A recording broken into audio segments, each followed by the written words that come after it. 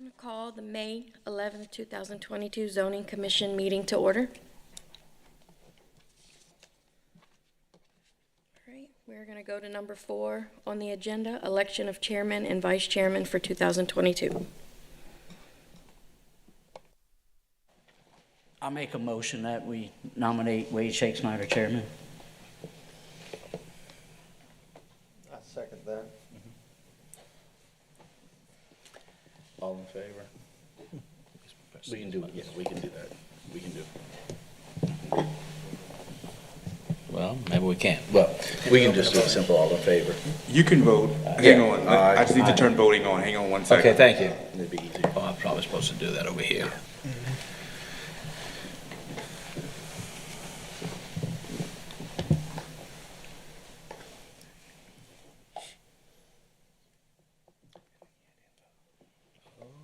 I don't have a vote from Dwayne Bailey. Oh, No, so you can just invote. Okay. He beat me to it. Gotcha. Awesome. Okay. We're gonna keep this a little bit easy. In that case, I'd like to entertain a motion for vice chair. I'll nominate Max Nasser, vice chairman. We got a nomination for Max Nasser for vice chair. We got a second. Anybody? I'll second his nomination. Okay. Nomination by Mr. Kluwat for Max Nasser for vice chair, seconded by Mr. Miller. All in favor? Aye? Okay, we can do it. Okay, any opposed? That motion passes. Congratulations, Mr. Max. Thank you. We'll move on. For roll call, all members with the exception of Chairman Bailey and Chairman Varnado are present. Item 3, introduction of staff. Ms. Jamaica. Jamaica Banker, zoning secretary. Spencer Long, parish attorney. Jerome Fournier, Director of Planning and Development. Lance Brock, zoning official. Okay. Item 5, we need the approval of the minutes, acceptance of the minutes of the March 9th, 2002 meeting. Can I get a motion to approval? Motion approved by Mr. Miller, second by Mr. Villa. All in favor? Aye. That motion passes. Number 6, right now, Chairman does not have any comments other than thank you so much, and we look forward to working together for zoning for this parish. Number 7, public hearing to amend the Ascension Parish Development Code for the recommendation for the approval or denial to the Parish Council. Item report, zoning, item A, zoning review ID PZ 2848.22, Lot 2 of Tall Timber Subdivision for Mr. Larry Campbell. I'd like to open a public meeting. Ms. Jamaica, do we have anybody who's here to speak? Okay, why don't you please come up, and you'll have 3 minutes to speak. Please state your name. Thank you. My name is Erin St. Pierre Campbell. I live at 12370 Bayou Terrace Drive in Santa Thank you for allowing me to come and speak before you today. I'm here with my father-in-law, Mr. Larry Campbell, and he's asked me to speak on his behalf. And so I thought about giving you just a brief history of this property. Mr. Larry and his wife, Sandra, purchased the property located at 16370 Highway 44 back in 1985. At that time, it was zoned as commercial. Not long after that purchase, they built a commercial structure on the property, and Miss Sandra utilized that structure as a decor shop. That decor shop she operated until about July of 2019 when she was diagnosed with pancreatic cancer. She passed away the subsequent year in April. Mr. Larry Campbell, he desired to sell the property, and after speaking with a realtor, he learned that the property had been zoned residential, unbeknownst to either Miss Sandra or Mr. Larry. The property, to our understanding, was rezoned back in 1999, and the notification process was a little bit different than it is currently. It happened through public journals and things like that, and I think it was the Gonzales Weekly, so they didn't have any notification like you would today as far as a mailing. And so based upon that, they continue to operate as they had always. So in consideration of the fact that there is currently a commercial structure on the property, it does abut to Highway 44. We're requesting that it be rezoned to a mixed use too. And that completes our statement, if you have any questions for us. Yes, ma'am. Thank you so much. Thank you. Anyone else? Okay. We're going to close the public hearing. Staff, can we get a report about this? Yes, sir. Staff recommends to accept the mixed use 2 as requested based on existing surrounding zoning and frontage along Highway 44. Okay. Open up to the commission. Do I have any comments, questions? Yeah, I've got a few questions. Okay. Mr. Miller? All right. You said the property is currently up for sale? I believe he had spoken with a realtor, but it's not currently up for sale because of this issue. Okay. Is that correct, Mr. Larry? For sale, but So it is for sale? it's for sale, but it's supposed to be commercial. It hasn't been listed. It hadn't been there. Okay. It's listed for sale by owner? No, it would be through a realtor, but she has not listed it because of this issue. It's not listed commercial yet. Okay. So we don't have any potential buyers as of I now? can't hear you. We have no potential buyers as of now? No potential buyers. No. Okay. No. And you have no intentions of reopening the decor shop? No. No, sir. Still a gift shop, yeah. Okay. Anyone else? Okay. I just had one or two comments regarding this, and I'm familiar with the area. I can actually admit I've gone to the gift shop years ago, so I am somewhat familiar. But one of the other things is that you did mention that this was originally zoned commercial. Well, in the deed restrictions, and I pulled it up for the restriction of tall timbers subdivision, it did have reference to that area being commercial. But the parish does not necessarily recognize a subdivision's recognition of that. So while it might have operated as that up until 1999, when we did enact zoning, is whenever it did become residential because obviously of the look, and then it became zoning non-conforming. That doesn't mean that it was wrong or anything, but it just was it was zoned as residential. It is contiguous with the master plan for potential rezone, and it's contiguous with what you're asking for. So if we have anybody else who'd like to make a motion or any further discussions? Mr. Nasser? I make a motion that we approve the request. Okay, we need that in the form of a recommendation to the council. I'm sorry, I make a motion that we recommend to the council that it be approved. Okay, we got a motion to recommend approval of the zoning change to the council by Mr. Nasser. Do we have a second? Second. Second by Mr. Kluwat. All in favor? Aye. Any opposed? Okay, we have opposition. Open a roll call vote. Okay, Mr. Villa? He approves. Mr. Miller? Nay. Nay. Mr. Nasser? Yes. Mr. Kluwat? Myself, yay. The yays have it. We move to the council to make the recommendation, and good luck with the council. They will vote on this at their next meeting. Thank you. Thank you.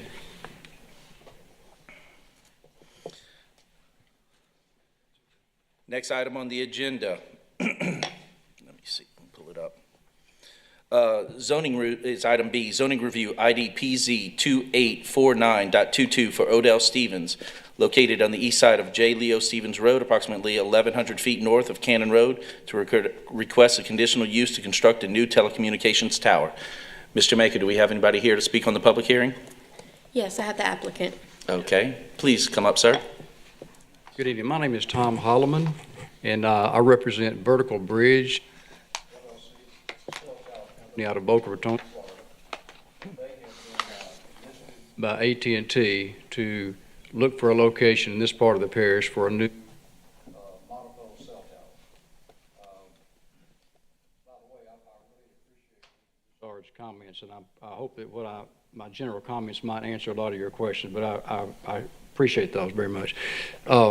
So I've done a lot of sites for vertical bridge over the years all over the United States, and so what we're finding out, just as a little background of why in the world did we pick that spot and why are we in that area, AT&T as well as all the other carriers, Verizon, T-Mobile, are making now a big push to move further and deeper into the rural areas, the suburban areas that maybe heretofore have not been adequately served.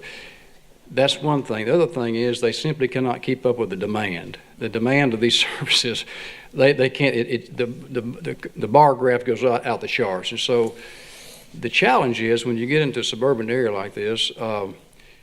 To place a pole or a tower, you've got houses and buildings everywhere, and it's not easy to find a piece of property large enough to accommodate a pole or a tower. This will be a monopole, by the way, a 195-foot monopole is what we're applying for, that meets the setbacks.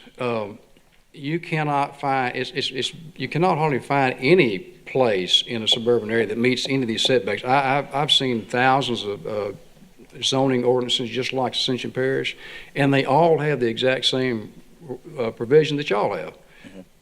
Typically, it's tower height plus something, or tower height from a property line or from a residence, and I know that.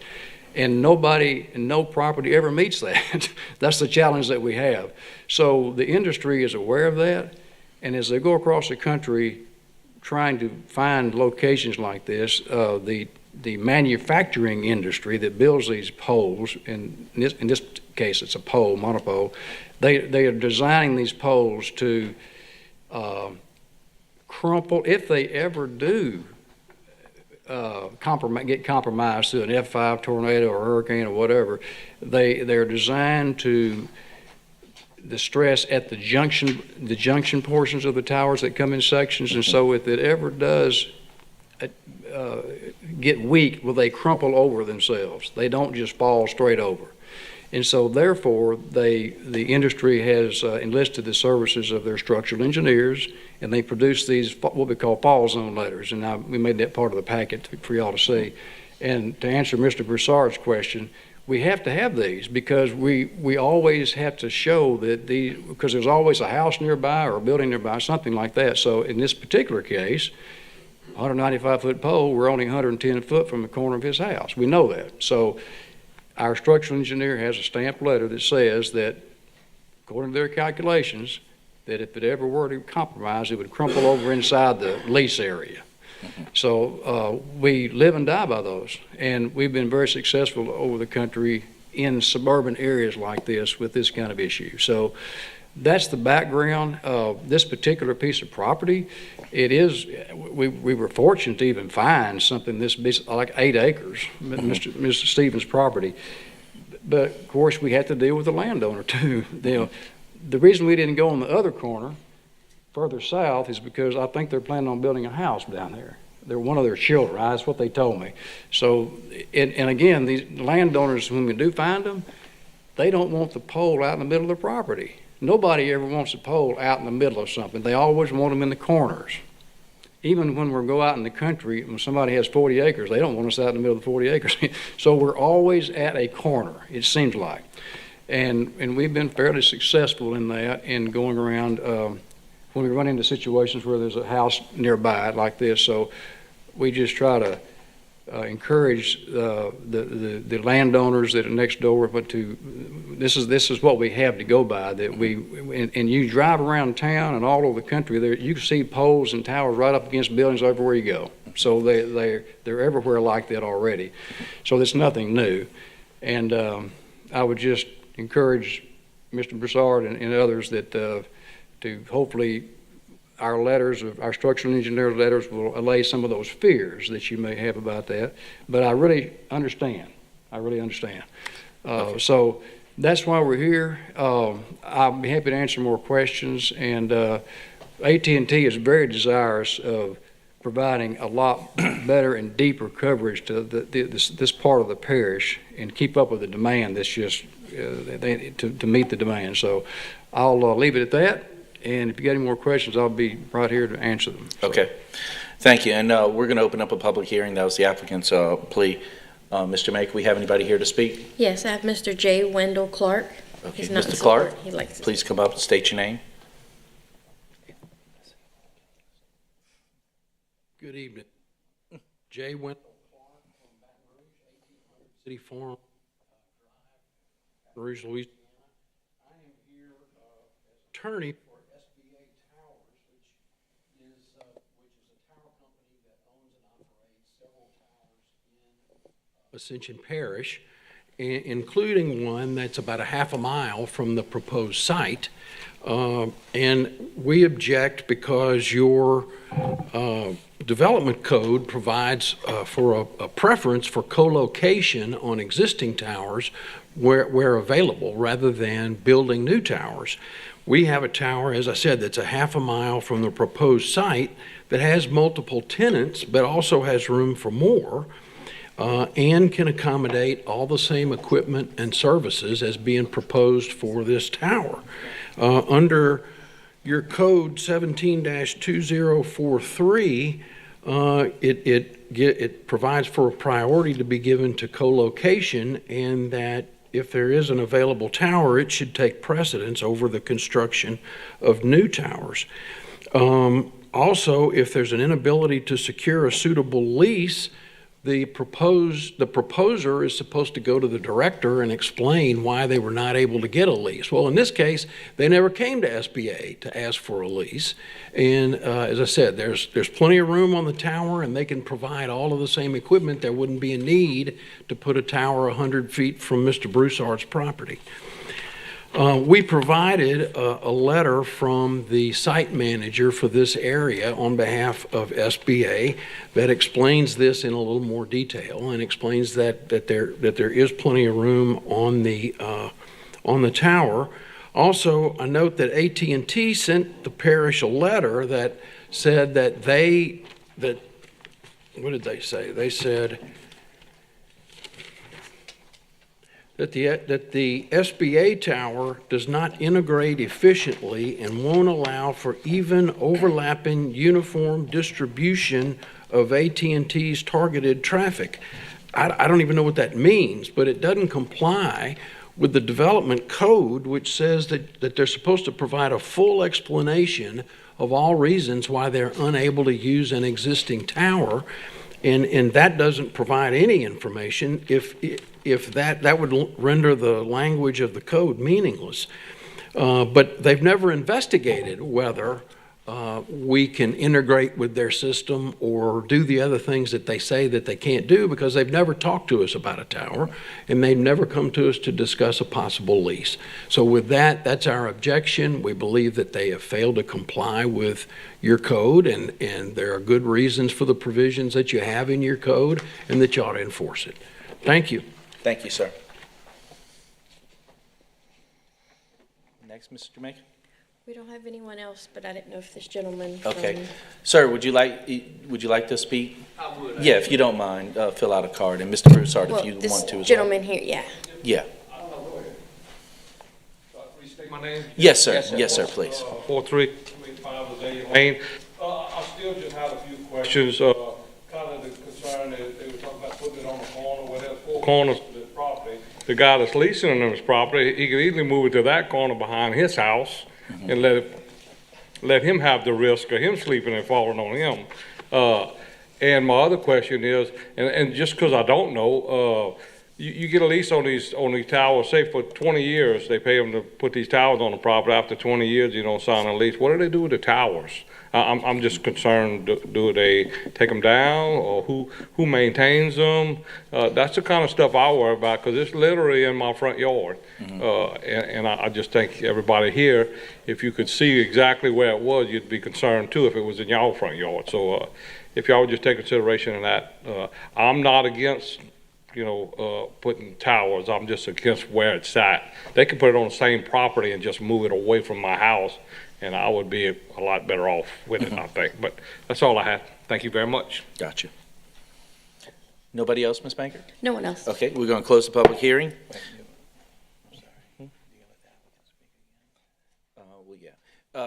Mr. Applicant, would you like to come back up and discuss? Just answer a couple of questions that were brought up. Yes, sir. First of all, I want to answer Mr. Broussard's question about, we're obligated contractually to maintain the premises and also if for some reason in the future we ever decided not to use the tower, we have to take it down. So believe me, we have that in the contract. In response to Counselor, of course, you do understand they're our competitors. And so, in fact, Vertical Bridge's corporate office is about a mile down the road from theirs. And I've done work for SBA, so I know about SBA and Vertical Bridge. I know about all of them. In your ordinance, and the reason why that AT&T did not pursue that tower, in addition to what they said in the letter to explain from the engineers, is you have a 750-foot tower separation, I believe, in your ordinance. That is correct in the Lance. In other words, your ordinance specifically says you cannot have a tower every 750 feet. So that's what we call a tower separation. Keeps us, well, there it is right there. Well, they're between a half a mile and 3,000 feet away. So that's a moot question. We actually meet your ordinance by being not only 750 feet away from their tower, almost 3 times that far away from that tower. So that's the reason AT&T did not pursue that tower. They needed to be further that way, and it met your ordinance in terms of tower separation. So that was a no-brainer, and I just wanted to answer that question. So, as far as them not understanding the engineer, I mean, we do these all day long, every day, and that's just engineer talk for why they can't go 3,000 foot that way, and they need to be further this way, because as time goes by, with the 5G and all that, the placement of sites is more critical as where. You can't just put them anywhere. They have to meet and match with their other sites around, and we've showed that with that map that we turned in with part of our application. So I wanted to answer those questions with that. Thank you. Awesome, thank you. Staff, do you have any comments on this? No, sir, no comment. Okay. Turn it over to the commission. Do we have anybody who'd like to speak? Mr. Nasser?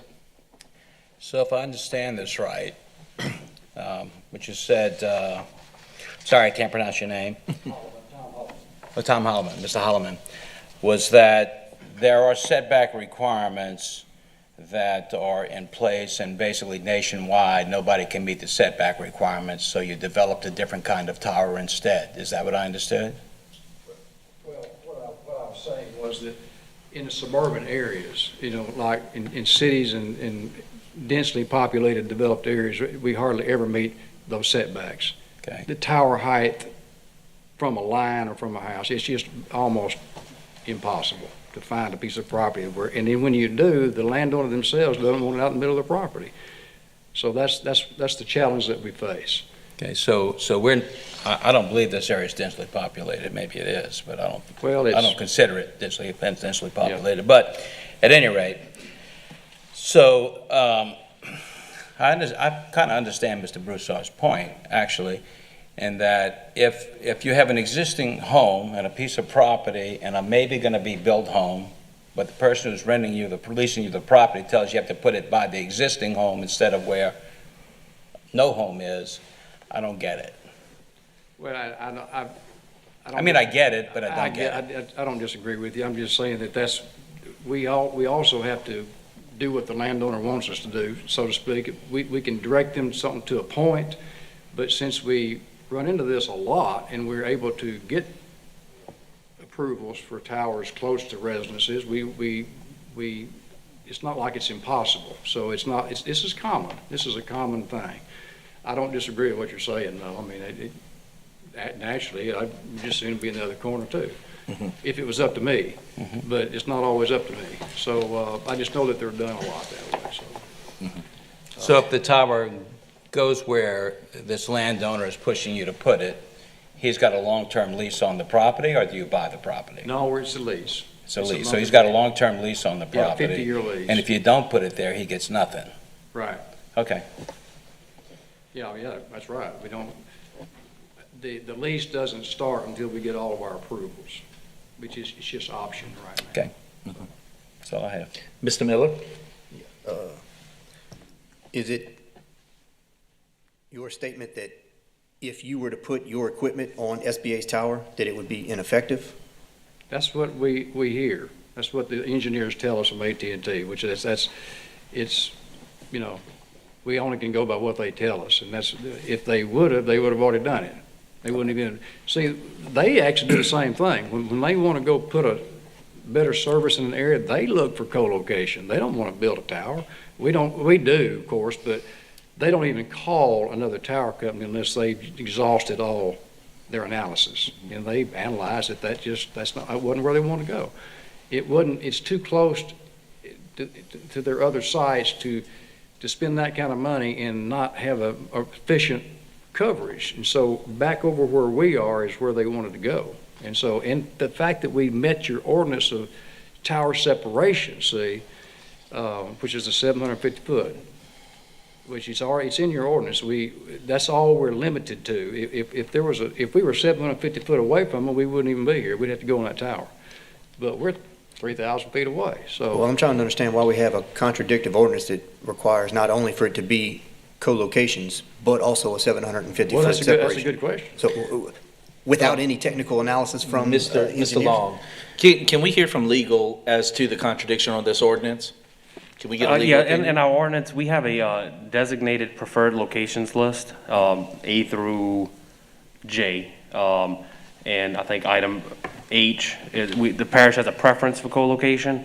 The ordinance actually says that it's the parish's strong preference that to the extent reasonably commercially and technically feasible, communications facilities and associated accessory equipment deployed in the parish be attached to pre-existing poles or support structures.